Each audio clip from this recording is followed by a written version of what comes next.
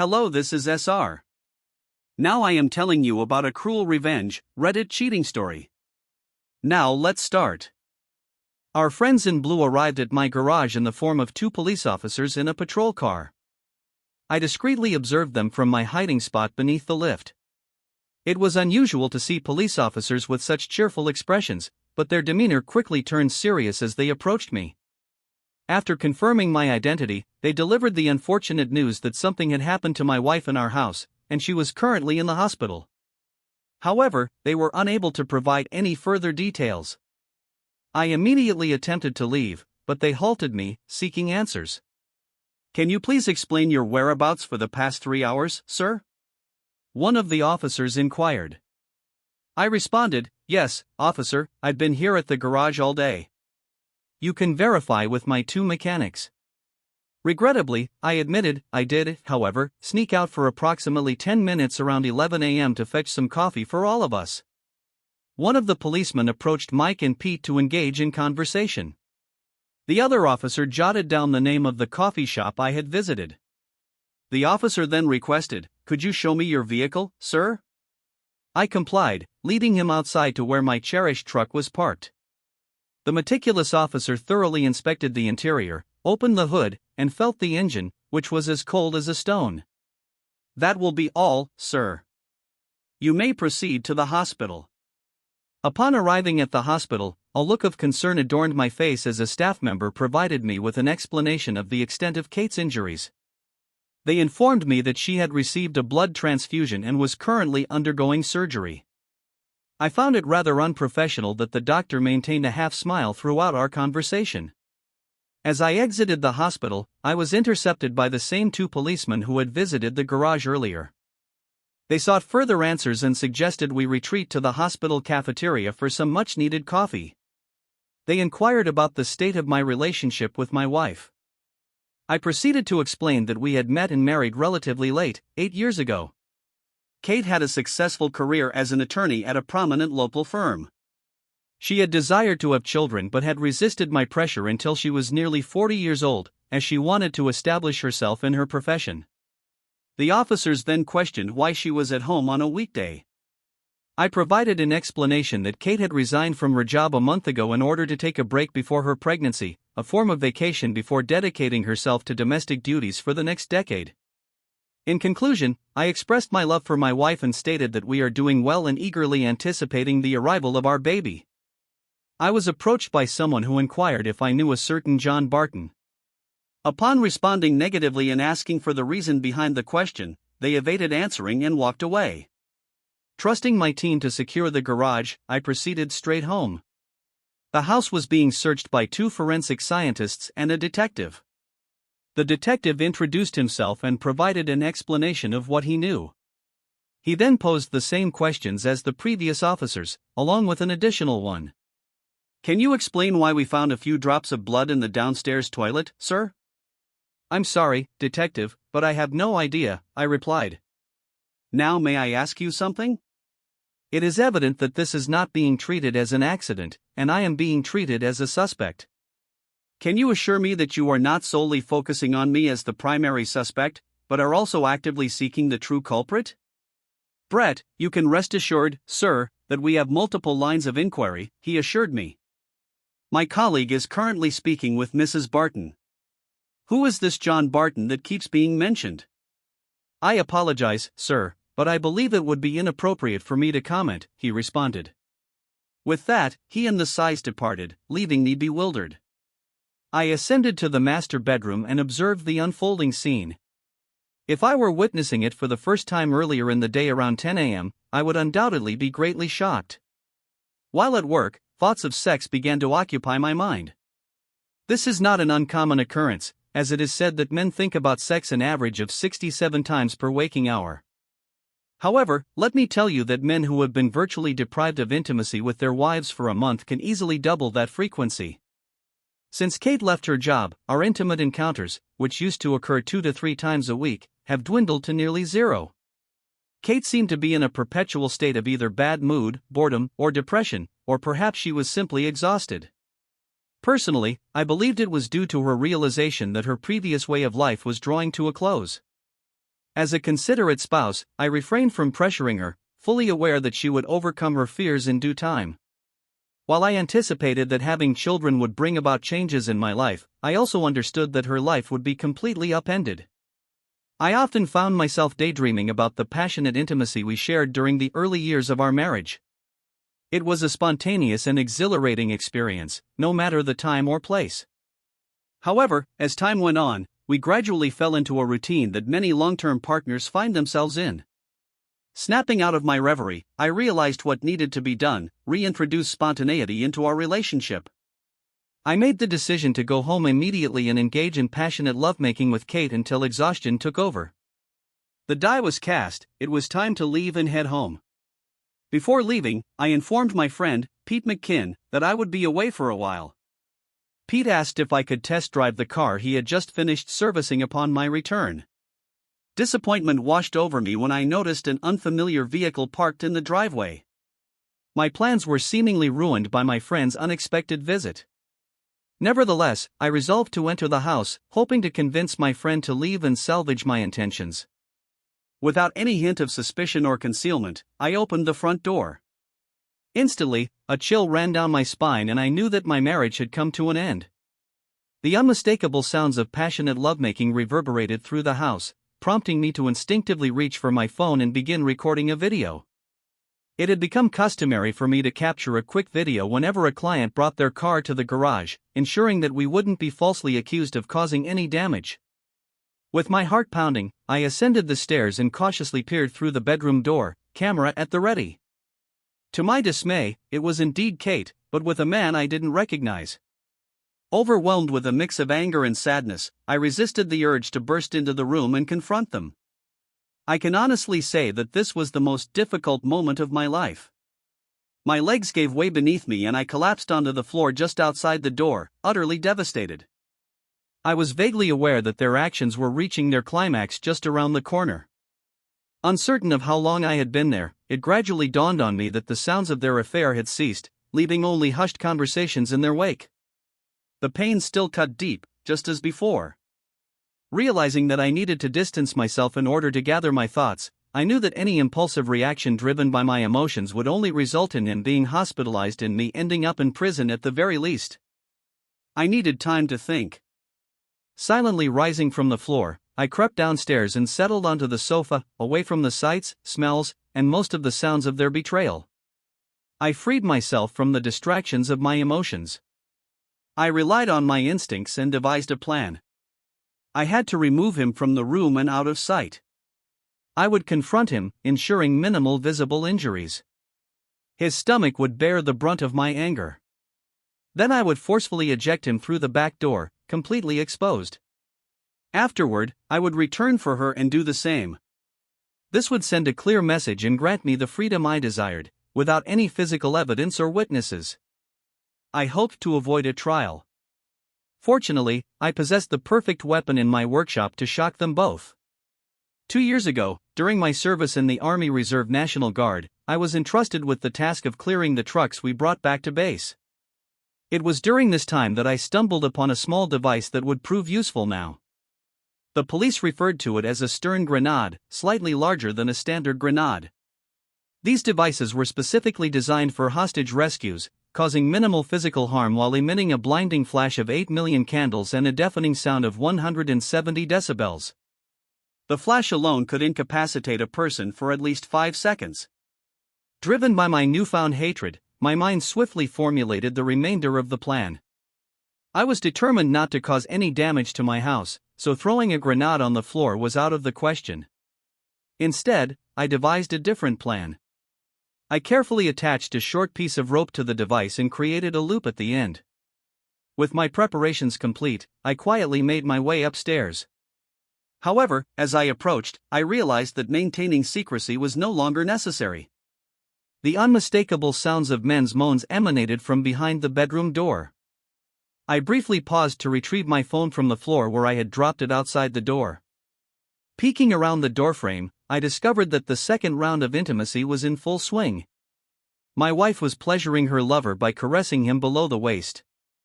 Having mentally rehearsed my intended actions, I took a deep breath and proceeded accordingly. Stepping into the room, I looped the end of the rope around the hook on the bottom of the light fixture, allowing the device to hang halfway to the floor. I removed the pin and discreetly placed it in my pocket before exiting the room. Once outside, I tightly pressed my fingers to my ears and closed my eyes. Despite taking precautions, the impact was astonishing. Even through closed eyelids, I could feel the shockwave and see the bright light reflecting. Following the plan, I bravely re-entered the room, prepared for the aftermath. However, what I encountered was far from what I had anticipated. Mr. Anonymous lay on the bed, his manhood below the waist visibly damaged. It seemed that either nature had been unkind to him or something was missing.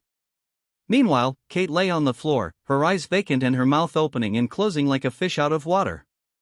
Confused and taken aback, I retreated to the hallway to gather my thoughts. Suddenly, two piercing screams erupted from the bedroom, accompanied by loud crashes and slamming doors. It became clear to me that I was in serious trouble. My plan had failed. Once again, I cautiously peered around the doorframe, witnessing the chaotic aftermath. The man rolled off the bed and curled up on the floor, clutching his groin and shrieking like a banshee. Kate was nowhere to be found, but it seemed that she was inside the bathroom. We must eliminate any evidence. Upon returning to the room, I surveyed the area and swiftly located the detonator mechanism for the device. After adding it to the rope, I couldn't find anything else, leading me to conclude that everything else had been destroyed. I cautiously made my way to the bathroom.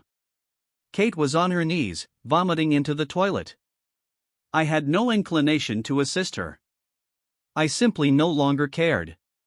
While heading towards the door, I noticed something on the floor and picked up a piece of flesh. It was warm and soft, resembling the tip of a tongue. En route to the front door, I entered the first floor toilet and flushed it. They wouldn't be able to reattach it. Careful not to screech the tires, I hurriedly drove down the street once again, grateful that our neighboring houses were far away. Halfway to the garage, I emptied my pockets into a roadside trash can. 10 minutes later, I returned to the small garage that served as my workplace. I summoned Pete and Mike, two oil-stained individuals whom I consider both employees and friends. They rushed over to me, sensing my alarm. "Guys, I need you to provide an alibi for the past 45 minutes, I requested. "What do you say?" Almost simultaneously, they responded, "Of course, boss." "Well, before you agree so readily, I must inform you that what I have done is very serious," I cautioned. "Once I explain it to you, you may not be as quick to answer. I am uncertain of the charges I may face, but it could result in imprisonment." Prior to elaborating, I entered my office and donned my worn-out overalls. I then retrieved an oily rag from the trash can and rubbed it on my face and hands. I did not know when the police would arrive, but I anticipated their presence. The guys looked at me with a hint of astonishment. I briefly recounted the recent events to them. Mike was the first to crack, attempting to hold on for a solid 15 seconds before bursting into laughter. This broke the tension for Pete, who soon joined Mike and me in uncontrollable fits of laughter. It took a full 5 minutes before we regained our composure, and with firm handshakes and sincere promises of support, they returned to their greasy engine compartments. Over the following hour, spontaneous laughter emanated from various grimy chambers. My wife, Kate, was on the verge of reaping the well-deserved rewards for maintaining her distance from my humble acquaintances in the past. That evening, I was tidying up the main bedroom. I had just finished cleaning the bathroom floor. I made the decision to discard the bedding and mentally noted to purchase a new rug for the bedroom. The tattered curtains would also need to be replaced. I attempted to keep myself occupied, avoiding any contemplation. This endeavor was not aided by the incessant phone calls and persistent knocking on the door. Yes, the media was in a frenzy, eagerly seeking their next story. The combination of infidelity and a man losing his manhood was a tale sent straight from the heavens for them. I only opened the door once and promptly switched off the phone. Finally, with no distractions, I began to delve into some introspection. Do I regret my actions? Strangely enough, no. I despised cheaters with a burning passion. I had witnessed too many men transform into shadows of themselves upon discovering their partner's infidelity. The ironic thing was that even before lunchtime, I would have bet my life on the fact that my wife shared this same fervor. I was dumbfounded by how wrong I was. Not to mention, I was completely taken aback by Kate's motives. She appeared to be just as devoted to me as I was to her, and our intimate life had been absolutely blissful. Well, until recently, that is. After several hours of internal turmoil, I could only find one solitary clue. I recalled how my hair stood on end 2 months ago when Kate announced her retirement to enjoy her last moments of freedom. I had expected her to continue working until at least the 7th month of her pregnancy. There was something peculiar about her desire for one last hurrah before starting a family. My thoughts were interrupted by the ringing of my personal cell phone. Very few people knew this number. The caller ID displayed Kate's parents' number. They resided in the same state, albeit about 3 hours away. I always had a great relationship with them, so I responded. After skipping the usual pleasantries, her mother got straight to the point. "Dave, what's happening? Do you know why there are so many journalists in our house?" I couldn't bring myself to go into detail. "Mom, did you watch the local news tonight? Maybe the main news. What about that scandal involving a woman who humiliated her lover?" I always appreciated her mom's colorful language and unique perspective on life, but it certainly didn't make our conversation any easier. "Yes, Mom, there's no easy way to say this, so I'll be direct. The woman's name is Kate." Fortunately, my confusion was interrupted by a loud scream followed by a beep when I pressed the end call button on my phone. I noticed a warning on the screen. It reminded me that I had just finalized the end of my marriage 8 hours ago. I vaguely remembered leaving my phone recording outside my bedroom door. I knew that if I never knew or understood why Kate did what she did, I would struggle to trust any woman again. There was a strong possibility that I would become a lonely misogynist, condemned to a life of insignificance. With desperate hope, I started playing the video. I already knew what it would show. The pain was still too raw to relive the scene. I opened my eyes just as I placed the phone on the floor.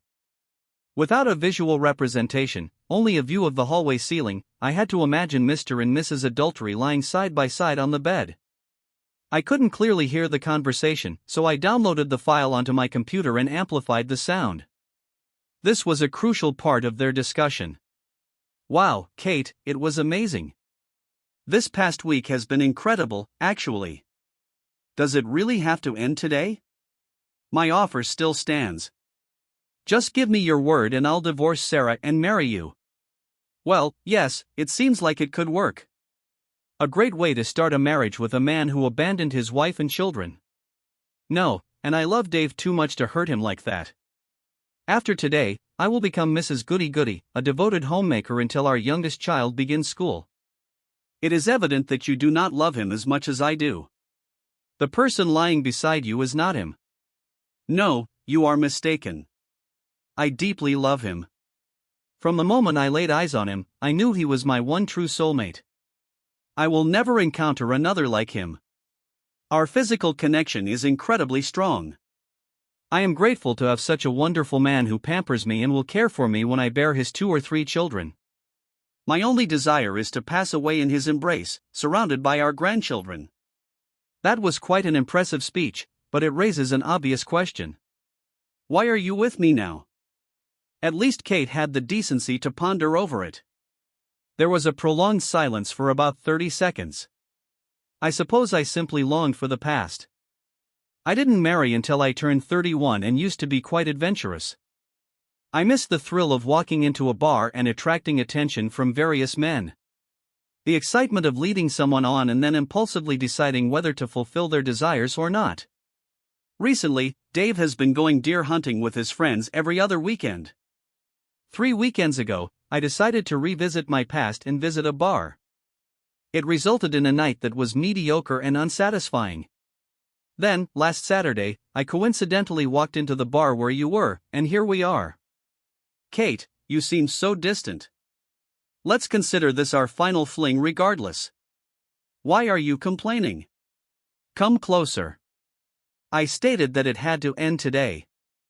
I did not specify that it had to end immediately. I muted the sound. At least now I know that I am a skilled lover and a devoted husband. The issue does not lie with me. The subsequent days passed with utter disappointment.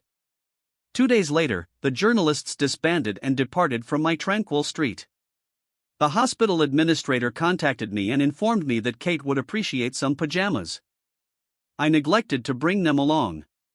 She will have to endure those humiliating hospital gowns. 2 days later, her father reached out to me. He expressed his apologies for his daughter's behavior and expressed his desire for me to maintain contact with him in order to improve the situation. He reminded me that he has another daughter who recently went through a divorce. Regrettably, Father, I find this situation too peculiar. 4 days later, he appeared on the news once again. Mr. Not-So-Big-Dick had been discharged from the hospital. Journalists had uncovered some information and exposed him as a habitual cheater. Therefore, it was with some satisfaction that they announced that although the surgeons had successfully reattached his manhood, it was highly unlikely to function as intended. Towards the end of that week, an unexpected visitor arrived. Mrs. Barton, or Sarah as she insisted I call her, was an attractive woman with sorrowful eyes. She informed me that she had heard rumors suggesting that I possessed evidence that could assist her in her divorce case. I explained that it might be true, but I couldn't admit it without incriminating myself. She understood the situation and apologized for asking. I reassured her that there was an abundance of circumstantial evidence that she wouldn't require what I possessed. However, if it turns out that I was mistaken, I would persuade her to return and reconsider. Her profound sadness evoked sympathy within me. I retrieved the video file and played it for her, showing only the aftermath of the significant explosion. Initially, the sound of her husband's screams startled her, but she quickly composed herself. It is safe to say that she did not appear very sorrowful when she left. Being the helpful person that I am, I offered her the opportunity to pick me up when her sadness resurfaced. Oh yes, that was not the last time I encountered Sarah Barton. The final visitor I received was perhaps the most peculiar. On Saturday, I opened the door to find the detective I had spoken to at the house on the day of the significant event. He was no longer wearing a suit, but instead jeans and a shirt. "Hey son, I won't come in," he said. "I just wanted to inform you that if there is insufficient evidence, I have recommended closing the case." Upon receiving Kate's letter, it was delivered to me on the following Tuesday. In her letter, she expressed her deep remorse and apologized for the pain she caused me. She understood why I couldn't bring myself to visit her and offered her unconditional forgiveness. Kate admitted that she never fully considered the potential consequences of her actions and never anticipated that her parents would disown her. She acknowledged that she had lost my love, trust, and respect forever, which deeply saddened her. Kate mentioned that she would understand if I chose to never speak to her again, but believed that it might aid in my healing process if she explained her motivations. She emphasized that she took full responsibility for her actions. According to the doctors, it seems that I may not be able to speak normally for a significant period of time, if at all. They suspect that I may have accidentally swallowed the tip of my tongue when I bit it off. They have informed me about an experimental stretching technique that could potentially restore some functionality. I am hopeful that this treatment will be successful, as it would allow me to resume my career and provide a distraction from the bleak and loveless future I currently face. In the event of our divorce, I am willing to agree to any terms you desire and will sign any necessary documents on the condition that you keep me on your health insurance for the foreseeable future. I would be eternally grateful for this gesture. In conclusion, I bid you farewell, my love. I sincerely wish you nothing but happiness in the days to come. I hope that my actions have not completely shattered your life. With love, Kate, also known as your unfaithful wife. I must admit that her letter deeply moved me, prompting me to reconsider my previous decision. As a result, I promptly sent her pajamas to the hospital, along with the contact information for Mick and Pete. I wonder if I owe them a beer, or perhaps even a keg each. I encourage you to subscribe to our channel to ensure that your second spouse doesn't betray you. Furthermore, I urge you to listen to the next story, as it promises to be far more captivating than the one you just heard. However, if you are under the age of 18, I strongly advise against listening to the upcoming tale.